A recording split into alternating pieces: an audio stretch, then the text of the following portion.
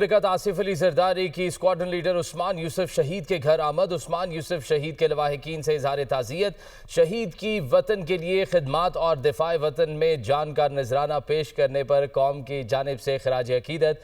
ہمیں اپنے بہادر جوانوں کی قربانیوں پر فخر ہے۔ وزیر اعظم شہباز شریف اور army chief general Syed Asim Munir کی بھی اسکواڈرن لیڈر عثمان یوسف شہید کے گھر آمد۔ اہل خانہ سے ملاقات کی۔ شہید کے درجات کی بلندی کے لیے دعا کی گئی۔ وزیر اعظم شہباز شریف نے مارکہ حق میں دوران اسکواڈرن لیڈر عثمان یوسف کے عزم اور فرض شناسی کو سراہا۔ وزیر اعظم شہباز شریف اور army chief general Syed Asim Munir کا CMH راولپنڈی کا دورہ۔ وزیر اعظم نے آپریشن بنیان مرصوص میں زخمی جوانوں اور شہریوں کی خیریت دریافت کی۔ وزیر اعظم نے زخمی جوانوں کی مارکہ حق میں بے مثال بہادری، عزم اور فرض شناسی کو سراہا۔ وزیر اعظم شہباز شریف نے کہا، جس طرح افواج پاکستان اور پوری قوم نے یہ جنگ لڑی، اس کی مثال کہیں نہیں ملتی۔ عوام کی ثابت قدمی ملک کی عسکری تاریخ کا ایک فیصلہ کن باب بن چکی ہے۔ وزیر خارجہ اسحاق ڈار سے برطانوی ہم منصب کی ملاقات۔ اسحاق ڈار نے برطانوی وزیر خارجہ کو پاکستان میں خوش آمدید کہا۔ ترجمان دفتر خارجہ کے مطابق ملاقات میں پاک بھارت سیز فائر پر تبادلہ خیال کیا گیا۔ رہنماؤں نے خطے کی صورتحال پر بات چیت کی۔ اسحاق ڈار نے برطانوی وزیر خارجہ کو بھارت کے عالمی قوانین اور اقوام متحدہ چارٹر کی خلاف ورزی کے بارے میں آگاہ کیا۔ پاکستان نے اقوام متحدہ کے چارٹر کے تحت اپنا جوابی حق استعمال کیا۔ اسحاق ڈار نے پاک بھارت کشیدگی میں کمی کے لیے برطانوی کاوشوں کو سراہا۔ خطے میں امن کے لیے ڈائیلاگ کی اہمیت پر زور دیا گیا۔ چیئرمین پیپلز پارٹی بلاول بھٹو زرداری کی برطانوی وزیر خارجہ ڈیوڈ لیمی سے ملاقات۔ پاک بھارت حالیہ کشیدگی سمیت دو طرفہ تجارتی، سماجی اور ثقافتی تعلقات پر گفتگو ہوئی۔ ملاقات میں دو طرفہ تعلقات میں اضافے اور باہمی دلچسپی کے امور پر گفتگو ہوئی۔ چیئرمین پیپلز پارٹی بلاول بھٹو زرداری کی برطانوی وزیر خارجہ ڈیوڈ لیمی سے ملاقات ہوئی ہے۔ پاک بھارت حالیہ کشیدگی سمیت دو طرفہ تجارتی، سماجی اور ثقافتی تعلقات پر گفتگو ہوئی۔ ملاقات میں دو طرفہ تعلقات میں اضافے اور باہمی دلچسپی کے امور پر گفتگو ہوئی۔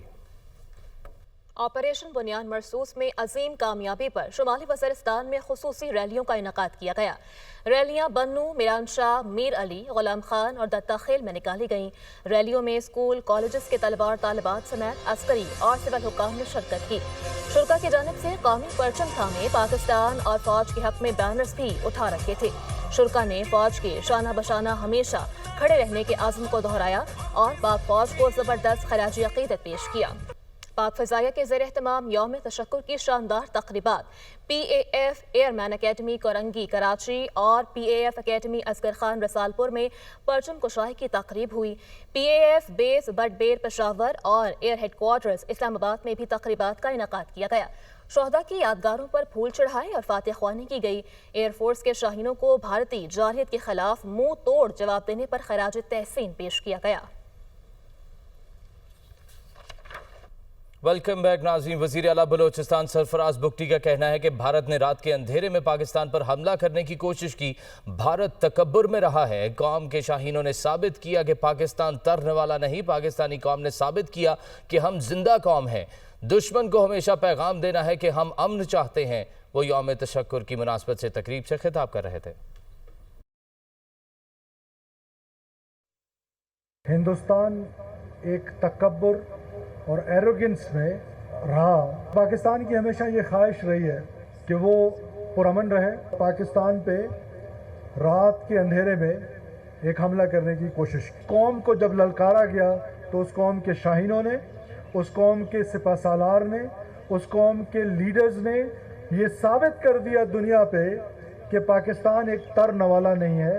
پاکستان ایک مضبوط ملک ہے۔ پاکستان کے سپہ سالار کو بلوچستان کے لوگوں کی طرف سے اپنی طرف سے خراج تحسین پیش کرتا ہوں۔ پاکستانی قوم نے ایک بار پھر ثابت کی ہے کہ ہم ایک زندہ قوم ہیں۔ دشمن کو ہمیشہ یہ پیغام دینا ہے، ہر پلیٹ فارم سے یہ پیغام دینا ہے کہ بار بار ہم یہ کہہ رہے ہیں کہ ہم امن چاہتے ہیں۔